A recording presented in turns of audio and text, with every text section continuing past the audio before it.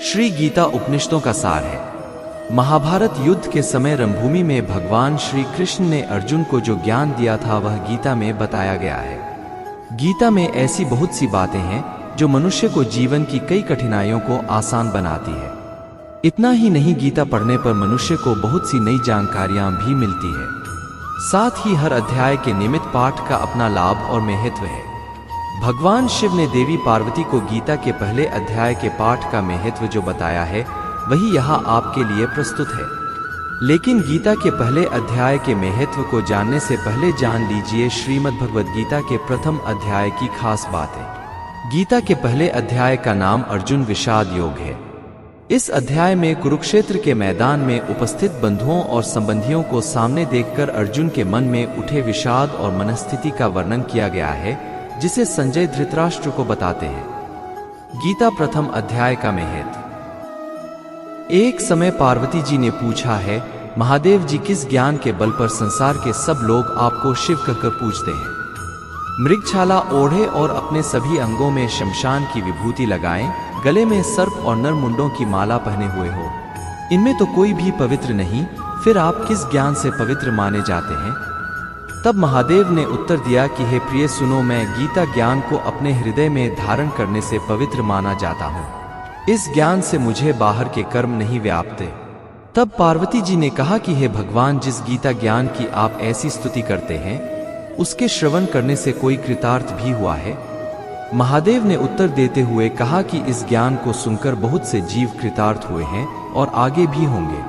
मैं तुम्हें एक पुरातन कथा कहता हूँ, तुम सुनो। एक समय पाताल लोक में शेषनाग की शैया पर श्री नारायण जी नैन मूंदकर आनंद में मग्न थे। उस वक्त भगवान के चरण दबाते हुए लक्ष्मी जी ने पूछा, हे प्रभु, निद्रा और आलस्य तो उन पुरुषों को व्यापता है जो जीव तामसी होते हैं, फिर आप तो तीनों गुणों से अतीत हो। आप तो वासुदेव हो, आप जो नेत्र मूंद रहे हो, इससे मुझके बड़ा आश्चर्य है। नारायण जी ने उत्तर देते हुए कहा, हे लक्ष्मी, मुझको निद्रा आलस्य नहीं व्यापता। एक शब्द रूप जो भगवद गीता है उसमें जो ज्ञान है उसके आकार रूप है। यह गीता शब्द रूप अवतार है। इस गीता में यह अंग है। 5 अध्याय मेरे मुख है, 10 अध्याय मेरी भुजा है, 16वां अध्याय मेरा हृदय और मन और मेरा उदर है, 17वां अध्याय मेरी जंघा है, 18वां अध्याय मेरे चरण है। गीता श्लोक ही मेरी नाड़ियां हैं और जो गीता के अक्षर है वो मेरा रोम है। ऐसा मेरा शब्द रूपी जो गीता ज्ञान है उसी के अर्थ में हृदय में विचार करता हूँ और बहुत आनंद प्राप्त होते हूँ। लक्ष्मी जी बोली, हे श्री नारायण जी, जब श्री गीता जी का इतना ज्ञान है तो उसको सुनकर कोई जीव कृतार्थ भी हुआ है, सो मुझसे कहो। तब श्री नारायण ने कहा, हे लक्ष्मी, गीता ज्ञान को सुनकर बहुत से जीव कृतार्थ हुए हैं, सो तुम श्रवण करो। एक व्यक्ति था जो चांडालों के कर्म करता था और तेल नमक का व्यापार करता था। उसने एक बकरी पाली। एक दिन वह बकरी चराने के लिए वन में गया और वृक्ष से पत्ते तोड़ने लगा। वहां उसे एक सांप से डंस लिया, जिससे वह तुरंत मर गया। मरने के बाद उसने बहुत से नरक भोगे और फिर उसका जन्म बैल के रूप में हुआ। उस बैल को एक भिक्षुक ने मोल लिया। वह भिक्षुक उस पर चढ़कर सारे दिन मांगता फिरे। जो कुछ भिक्षा मांगकर लाता वह उसे अपने परिवार के साथ मिलकर खाता और वो बैल सारी रात द्वार पर खड़ा रहता। उसके खाने पीने का भी कोई ख्याल नहीं करता था और सुबह होते ही बैल पर चढ़कर फिर मांगने निकल जाता। जब बहुत दिन हो गए तो वह बैल भूख से गिर गया, लेकिन उसके प्राण नहीं निकले। नगर के लोगों ने देखा और उस बैल को कोई तीर्थ का फल दे तो कोई व्रत का फल दें, तब भी उस बैल के प्राण नहीं छूटे। एक दिन गणिका आई। उसने लोगों से पूछा, यह कैसी भीड़ है? तो उन्होंने कहा कि इसके प्राण नहीं निकलते, अनेक पुण्यों का फल दे रहे हैं तो भी इसकी मुक्ति नहीं होती। तब गणिका ने कहा कि मैंने जो कर्म किया है उसका फल मैंने इस बैल को दिया है। इतना कहते ही बैल की मुक्ति हो गई। तब बैल ने एक ब्राह्मण के घर जन्म लिया। पिता ने उसका नाम सुशर्मा रखा। उसके पिता ने उसे पढ़ाया लिखाया। उसको अपने पिछले जन्म की सुध थी। उसने एक दिन मन में विचार किया, जिस गणिका ने मुझे बैल की योनि से छुड़ाया था उसका दर्शन करूं। विप्र चलते चलते गणिका के घर गया और कहा, आप मुझे पहचानती हैं? गणिका ने कहा, मैं नहीं जानती, तुम कौन हो? तब उसने कहा कि मैं वही बैल हूं जिसको आपने अपने पुण्य दिए थे। तब मैं बैल की योनि से छूटा था, अब मैं विप्र के घर जन्म हूं। आप अपना पुण्य बताएं। गणिका ने कहा कि मैंने अपने जाने पुण्य नहीं किया, परंतु मेरे घर एक तोता है, वह रोज सवेरे कुछ पढ़ता है, मैं उसका वाक्य सुनती हूँ, उस पुण्य का फल मैंने तुम्हें दे दिया। तब विप्र ने तोते से पूछा कि तू सवेरे क्या पढ़ता है? तोते ने कहा, मैं पिछले जन्म में विप्र का पुत्र था, मेरे पिता ने मुझे गीता के पहले अध्याय का पाठ सुनाया करते थे। एक दिन मैंने गुरु से कहा कि मुझको आपने क्या पढ़ाया है?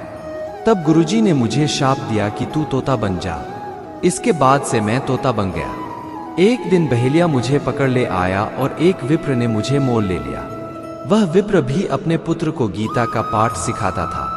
तब मैंने भी यह पाठ सीख लिया। उसी दिन विप्र के घर में चोर घुस गए। उन्हें धन तो प्राप्त नहीं हुआ, लेकिन वह मेरा पिंजरा उठा ले आए। उनकी यह गणिका मित्र थी, वह मुझे उसके पास ले आए। सो मैं नित्य प्रातः गीता जी के पहले अध्याय का पाठ करत हूँ, जिसे यह गणिका सुनती है, पर इस गणिका को समझ में नहीं आती। जो मैं पढ़ता हूँ वही इस गणिका ने तेरे निमित्त दिया था। वह श्री गीता जी के पहले अध्याय का फल था। तब विप्र ने कहा कि हे तोते, तू भी विप्र है, मेरे आशीर्वाद से तेरा कल्याण हो। सो हे लक्ष्मी। विप्र के इतना कहते ही वह तोता भी मुक्ति को प्राप्त हो गया।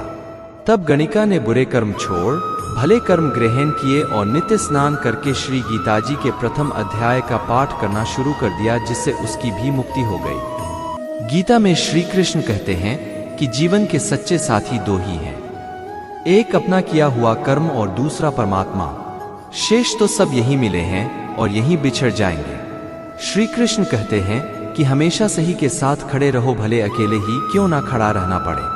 गीता में लिखा है कि अपने बीते हुए कल को त्याग देना चाहिए, क्योंकि उसका प्रभाव आने वाले कल को दूषित करता है। गीता सार में श्री कृष्ण ने कहा है कि हर इंसान के धारा जन्म मरण के चक्र को जान लेना बेहद आवश्यक है, क्योंकि मनुष्य के जीवन का मात्र एक ही सत्य है और वो है मृत्यु। जिस मनुष्य ने इस दुनिया में जन्म लिया है, उसे एक दिन इस संसार को छोड़कर जाना ही है और यही इस दुनिया का अटल सत्य है। मनुष्य को मृत्यु से कभी भी भयभीत नहीं होना चाहिए। मृत्यु जीवन की अटल सच्चाई है। मृत्यु के प्रति भय ही मनुष्य के वर्तमान खुशियों को खराब कर देता है। इसलिए मन में किसी भी तरह का डर नहीं रखना चाहिए। श्री कृष्ण कहते हैं, शरीर नश्वर है पर आत्मा अमर है। यह तथ्य जानने पर भी व्यक्ति अपने इस नश्वर शरीर पर घमंड करता है, जो कि बेकार है। शरीर पर घमंड करने की बजाय मनुष्य को सत्य स्वीकार करना चाहिए। हर इंसान के धारा जन्म मरण के चक्र को जान लेना बेहद आवश्यक है, क्योंकि मनुष्य के जीवन का मात्र एक ही सत्य है और वो है मृत्यु। जिस मनुष्य ने इस दुनिया में जन्म लिया है, उसे एक दिन इस संसार को छोड़कर जाना ही है और यही इस दुनिया का अटल सत्य है। मनुष्य को मृत्यु से कभी भी भयभीत नहीं होना चाहिए। मृत्यु जीवन की अटल सच्चाई है। मृत्यु के प्रति भय ही मनुष्य के वर्तमान खुशियों को खराब कर देता है। इसलिए मन में किसी भी तरह का डर नहीं रखना चाहिए। श्री कृष्ण कहते हैं, शरीर नश्वर है पर आत्मा अमर है। यह तथ्य जानने पर भी व्यक्ति अपने इस नश्वर शरीर पर घमंड करता है, जो कि बेकार है। शरीर पर घमंड करने की बजाय मनुष्य को सत्य स्वीकार करना चाहिए।